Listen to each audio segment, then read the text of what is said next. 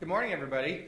Thank you for that very warm introduction. I guess it proves that not all forms of inflation are harmful after all, so I appreciate that. And yes, you might be like, Williams, that was an awfully geeky tax economist joke, but I have some bad news. I am a geeky tax economist today, and I think joined by my two fellow number crunchers, we can all relate to that field. You guys all know the difference between an introverted tax economist and an extroverted tax economist, right? The introverted tax economist looks at his shoes when he talks to you. Now, on the other hand, the extroverted tax economist looks at your shoes when he talks to you. So that's the world that we live in, unfortunately. But fantastic to be here with you. Greetings from the land of make-believe, Washington, D.C., where we don't balance our budget. We print money to take care of all of our expenses. And now we have this new jobs bill, which relies on taxing job creators to fund it. We have billionaires begging to have their taxes increased these days. So it's a very strange time to be in Washington these days. But it's great to be out in reality. As Reagan would say, Washington's an island surrounded by reality. So whenever I have a chance to get outside the Beltway, I appreciate that. And thank you so much for the Georgia Public Policy Foundation hosting this event today. Kelly McCutcheon just does such a fantastic job with him and his staff to put this together. Although I do wonder if I've done something to offend Kelly, because following Rick Perry, as a tax economist, is not the position you really want to be in. And last time I did one of these, I had to follow Margaret Spellings, who was then Secretary of Education under W. Bush. And so I don't know. I might have to talk to Kelly about this, our speaking order for next time. But this is a great topic. I'm so glad to hear that Georgia is continuing its work on tax reform. This is something that we're following across the country these days very closely on how states are remaking their tax codes to become more competitive for capital and job creation. And this is a very personal topic for me. I come from a city in Michigan, Saginaw, Michigan. Anybody here ever been to Saginaw, Michigan? Well, we got a couple, actually. This is a town that's been extremely hit hard by poor policy over the years, and really should be a case study of what not to do when it comes to competitiveness. This was a city that was 120,000 people in 1960. Today it's about 50,000 people. And you can take that, it's a microcosm of Detroit, obviously, and so many other towns in the Midwest and the Rust Belt in New England that have forsaken competitiveness and are now really feeling the problems from that over the last years.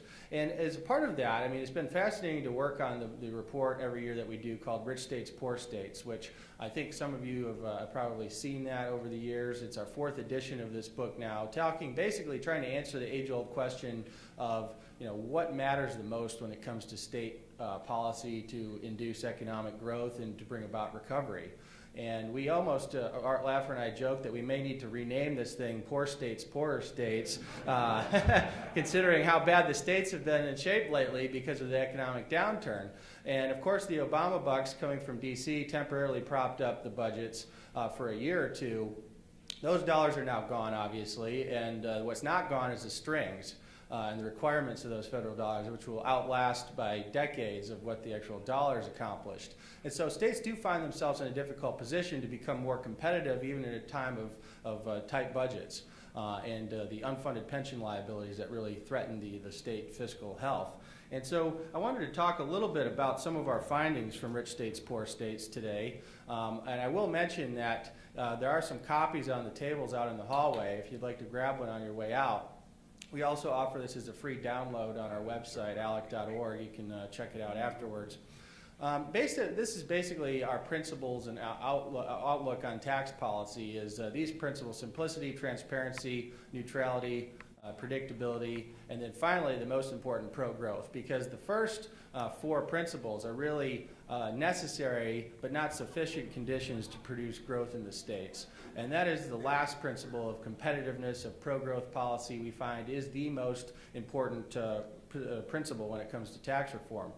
I want to address a few of the great myths of tax policy out there today. One of which is that what we get from our state revenue scoring sometimes, if they're not as sophisticated as my two co-panelists here on dynamic analysis of behavioral changes on tax policy, but when we score a bill, like for instance the Congressional Budget Office in DC, we assume that there's not going to be a change in behavior, behavioral change based on tax policy changes, which we all know is complete fantasyland thinking.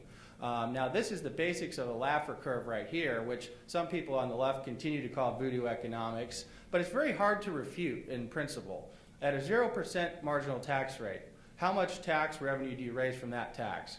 That's the easy part, right? 0. At a 100% tax rate, how much revenue do you raise from that kind of tax?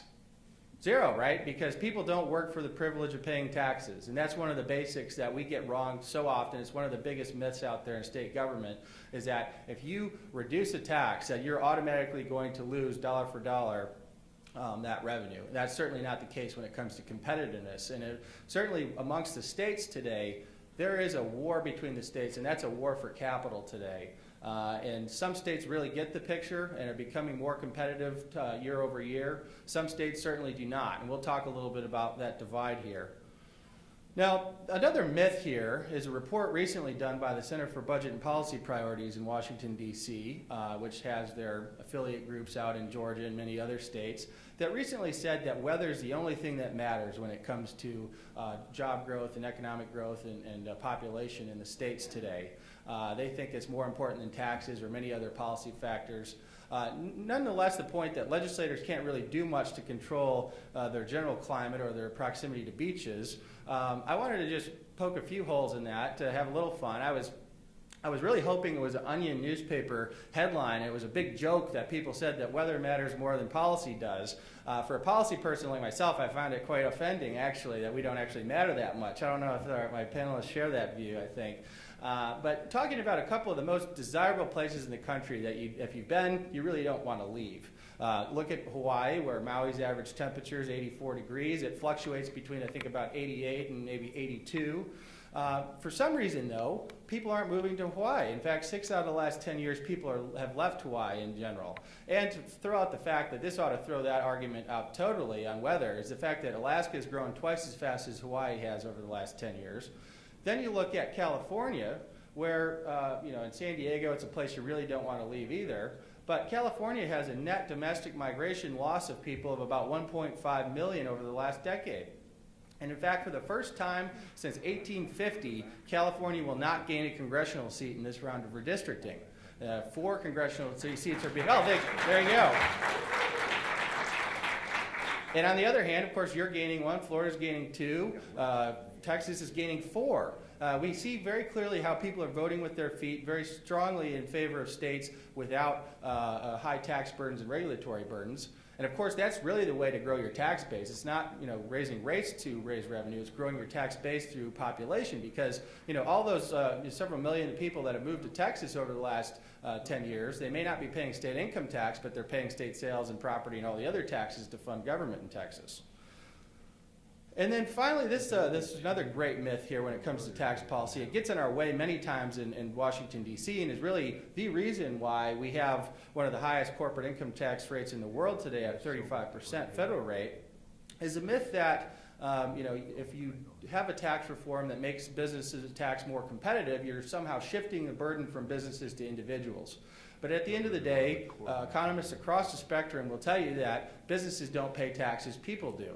And it may be one of these 3 groups, whether it's consumers, investors, and probably the research suggests that's mostly a tax on workers and on labor. Corporate income taxes are borne by individuals, and that's an important piece to keep in mind as we're talking tax reform. Now, I wanted to talk to you about one of our key findings from Rich States, Poor States. I'm so glad Governor Perry mentioned this earlier, how Texas is one of the 9 states without personal income tax. We find that that's an incredibly important determinant of economic growth in the states today, moving towards more of a model of weaning yourself off the personal income tax and going to more of a consumption tax base is really, we think, the best solution for growth.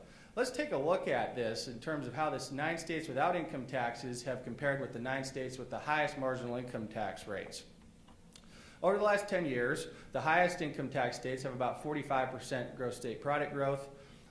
The no-income tax states vastly outperform, over 60% gross state product growth over the last 10 years. We look at population growth as people are voting with their feet.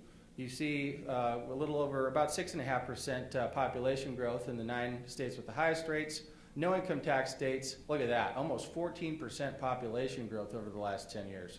Now, the folks on the left would say, well, that's fine, you might get some growth, but what about revenue? Doesn't this cost the state enormously in terms of revenue? Take a look at total state tax receipt growth over the last 10 years. The states with the highest rates have reasonable growth. Take a look at the 9 states without personal income taxes over that same period. About double the tax receipt growth because they're growing their tax base and relying on the other sources of tax revenue to fund their governments. And I think generally their model of government is to keep government smaller anyway, so they can get away with less tax burden. And then finally, job growth is what we're all looking at producing in the states.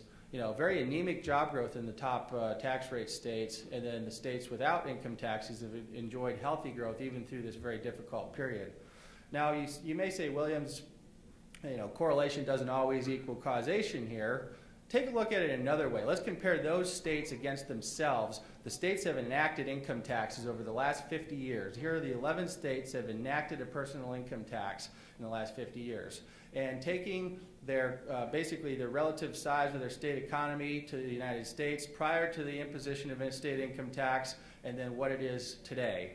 And without exception, after the imposition of a state income tax, those states have lost economic vitality in extreme cases in some places like Michigan, Ohio, and some of the other states there. So we really find that personal income taxes are a job killer and a killer of economic outlook. Now here's, in our Rich States, Poor States book, we do a ranking of the 50 states on their economic outlook going forward based on 15 criteria, whether it's taxes, regulatory, and labor policy. And here are a few highlights from Georgia. Obviously, you do well as being a right-to-work state. That's so important as a state to have a right-to-work law to have labor freedom. Also, avoiding a state death tax. That's an important piece here. Also, keeping a comparatively low level of state debt in the top 5 nationally. And then a few of the problem areas here are the sales tax burden is above average. And also taking a look at a lack of a real meaningful tax and expenditure limitation to control the growth of government spending going forward. Obviously, spending and taxes are 2 sides of the same fiscal coin, so that's important to keep in mind. And then a personal income tax where you may say 6% isn't egregious. However, believe it or not, it falls right at the median there in terms of national rankings. Of course, as was mentioned earlier, sandwiched between a 0 in Florida and a 0 in Tennessee, 6% looks awfully high. So that's one very important thing to keep in mind. So I think in conclusion, there was a great piece by the former chief marketing officer of eBay recently in Forbes to say how, whether we like it or not, states need to act like brands. And every state has a brand, just like a company has a brand. And unfortunately, my home state of Michigan, our brand is broken, and it has been for quite some time. In New York, California, people aren't beating down those states to get in. What we need to keep in mind is, 11, where Georgia is today, is good. But most marketing executives don't go around and say we're number 11 as their marketing plan. When you're competing against other states in the top 10 nationally, very close to you here in your region, I think there needs to be much more done, and I know my co-panelists will address that. So we really applaud the efforts to work towards pro-growth tax reform here in Georgia, and we will be working with their legislators here in the state to help get that done. Here, as I mentioned, the top 10 states in economic outlook, you notice a few of those are your neighbors or in the region here in the southeast. And the other thing to mention is things happen at such a dynamic level across the states today. Many states took even this downturn have taken opportunity to reduce personal and corporate income tax rates. Even though you may be top 15 nationally today, we can't take that for granted. Things are changing very rapidly at the state level. You may look good now, things may look very differently in a few years. If you need to have a case study on how things can change, ask the Atlanta Braves, I guess, right? Thank you very much. It's a pleasure being with you all today.